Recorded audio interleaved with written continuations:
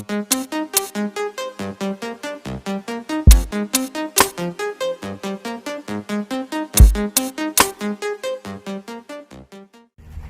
so we're back again. So if you saw my last video when I went to the track on my second pass,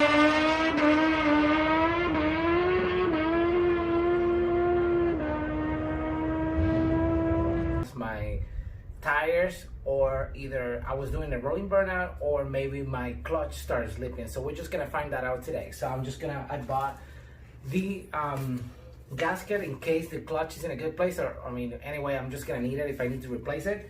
So I'm actually looking today to pull it out, just do a quick inspection of the clutch basket case, and as well as the friction plates or the plates, just to see if I see any discoloration, or maybe there's not a whole lot of material, so I can just take a look at it and determine if we need to change it or not. So couple of things that I want to mention, just so you can keep in mind the conditions of the clutch. That does not speak for every clutch on a GSX-S1000, but in my case, just to give you a little bit of a backstory, hopefully I'm just going to be putting the stats in here.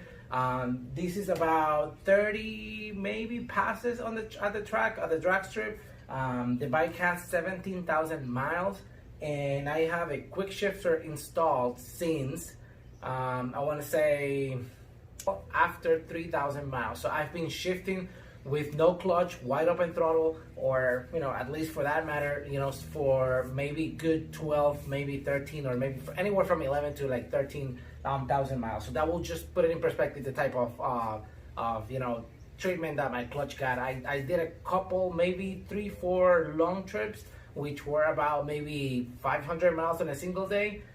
Besides what happened at the track, where I'm trying to determine if I was really doing a rolling burnout or I was slipping the clutch. No issues with the clutch so far. Even at the track that day, running around the track, not wide open throttle, but like for the most part. And if you can tell, that on my third pass, I actually ended up like lowering the pressure on my rear tire, and that didn't happen. So chances are clutch is okay, but you know what? I'm not gonna run the risk. I don't know when I'm going to go back to the track due to COVID. COVID actually strikes my family, or struck my family, pretty close just now. So I'm really trying to take things, lower a couple notches, of the stuff that I'm doing out, and I'm really trying to stay healthy and stay inside of my house.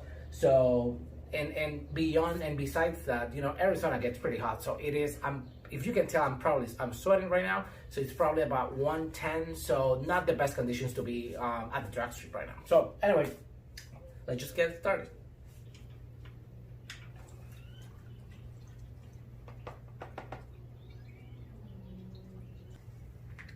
All right, so in order for you to remove your clutch, you have to remove the oil, which I was due for an oil change anyway. So I have a clean pan, just because I want to be able to make sure that I'll take a look at the clutch and see if there's any particles or any debris or anything. And finally, I'm just gonna go ahead and remove all the different bolts, so I can remove the cup, and we're just gonna start taking a look at it.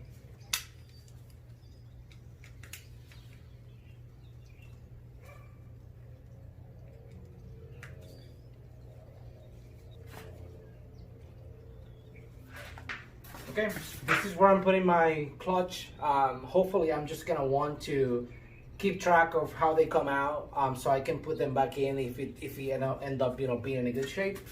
You don't have to do this. I get it, it's completely unnecessary, but I like to keep reference or where my bolts are coming from. So I'm just gonna put this in here, and that means where I see this mark, then I'm just gonna follow the same pattern, and I'm just gonna put the same bolt back in its own hole, or the hole they came out of.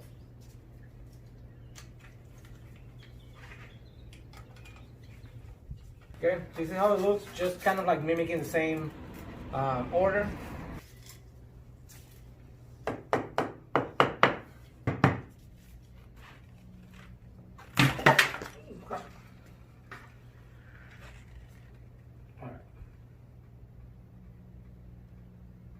All right, I'm looking at it.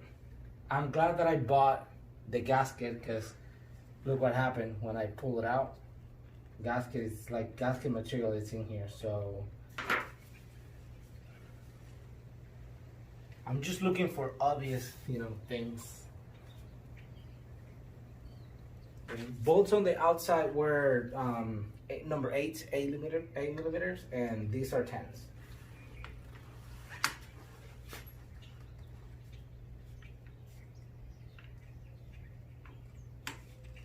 I don't think you have to go star pattern or anything, but I'm just doing.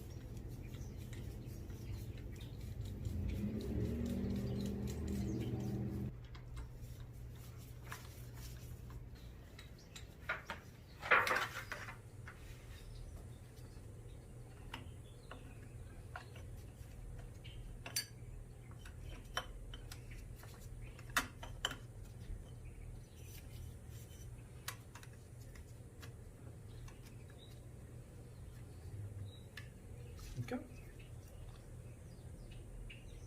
Clutch has material. Looks okay. Doesn't look bad, and I think, I mean, this plate looks pretty decent. I've heard people saying that sometimes the ones in the middle are the ones that, you know, gets impacted by it, I guess. I don't see any discoloration on this.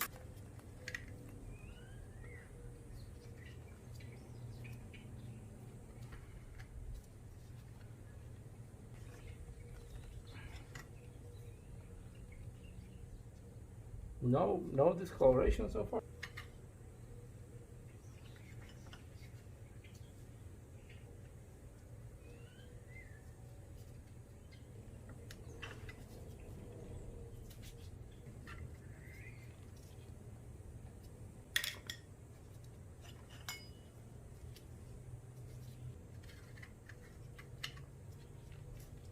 Okay, this is the last metal plate. No discoloration.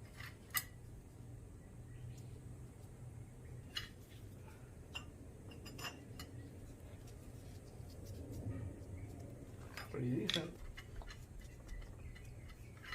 Okay, here I have the last one. And now I'm just gonna take a look at the basket.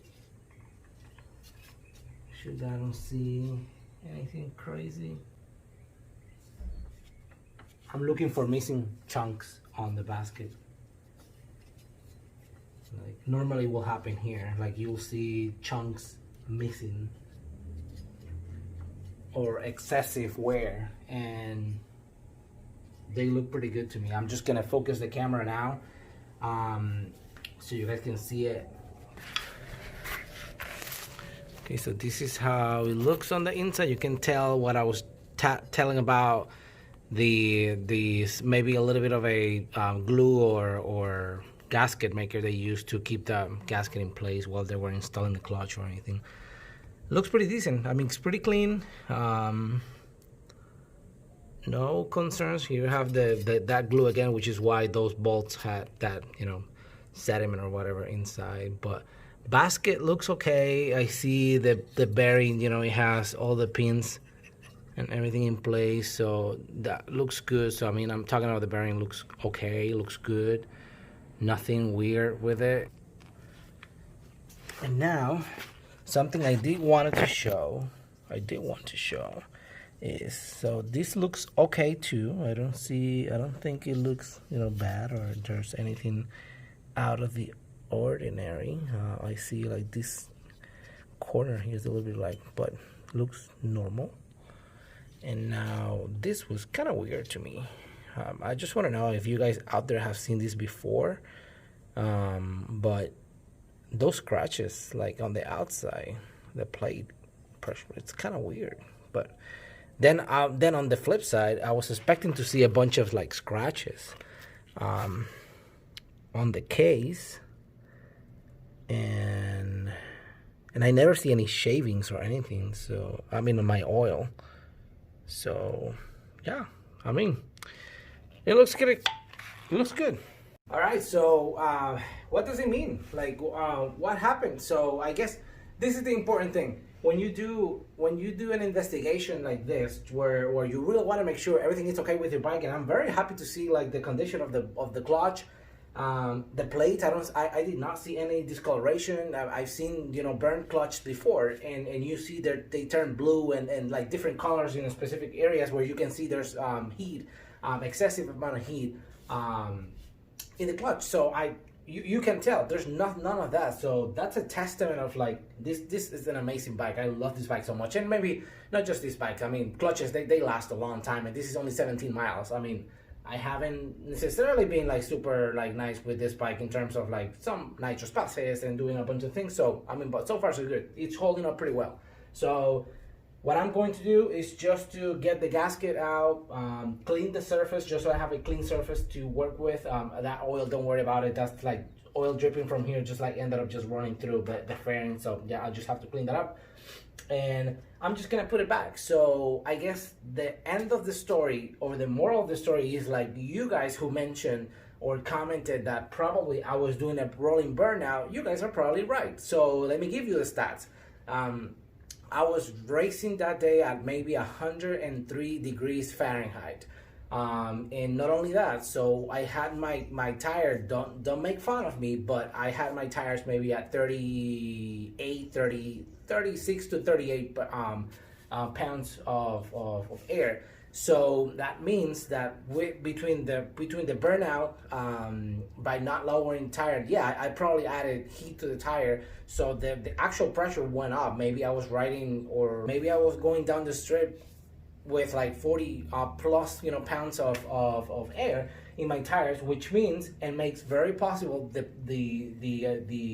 theory that I was indeed doing a rolling burnout, because I lowered the pressure from my second to the third pass, and that didn't happen again. And the conditions were about the same. It was only about an hour difference between my last pass and the last one. So let's just put it back together. I'm just gonna take it for a spin tomorrow. I'll do a couple of like flybys and see how the bike feels. And if I don't see there's anything else, I'm just gonna call it rolling burnout. And next time, lesson learned, I'm just gonna lower the pressure again like I always do, and for some reason I didn't do it this time. Let's just put it back together again.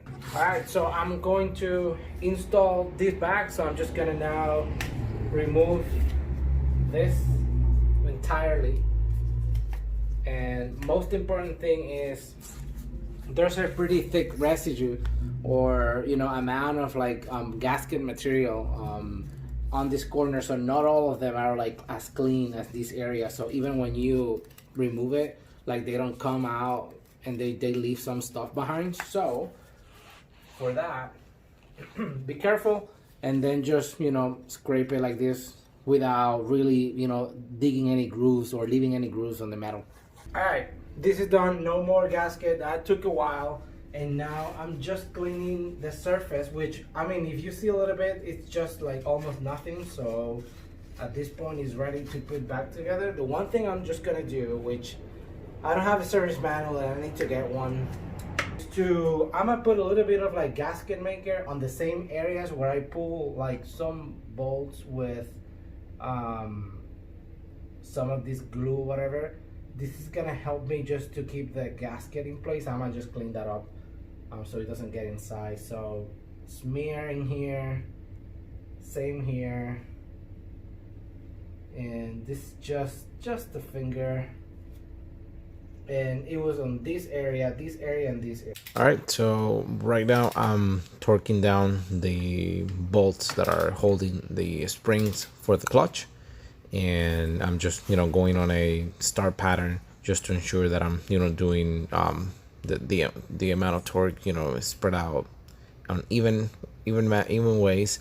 But sad news is that I actually messed up, and it's you only need 7 pounds of torque for each of these bolts, and my torque wrench actually works pretty well, but it was a very rookie mistake, and I forgot that these torque wrench is actually not rated for, I think it starts at 12 pounds or 10 to 12 pounds. So I ended up over torquing one of the bolts, and I ended up splitting the head, which you are going to see in a second.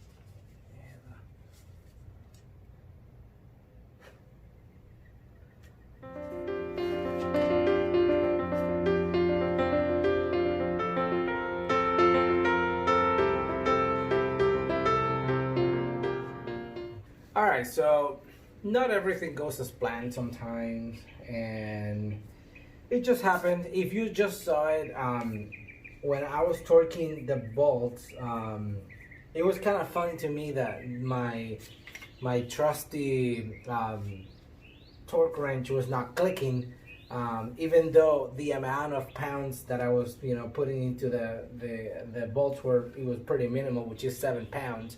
So that's when I decided just to take it back a notch, and then just like say, let me just put like 2 pounds and see how it feels. And even at 2 pounds, it was not clicking. That's when I realized something was wrong. So I just went ahead and I went to get a feel for how tight the bolts were without having the leverage of the longer torque wrench. So when I did that, the spring came out like super fast, which you probably saw, and it's all because of the bolt is broken. So half of the broke is inside of the basket. So it sucks big time. But I chose not to get mad at upset at this. I mean, this is just stuff that happens when you're dealing with some mechanical stuff, and rookie mistake for trusting in this thing. I think it's not good anymore, or maybe not so sensitive for the amount of torque.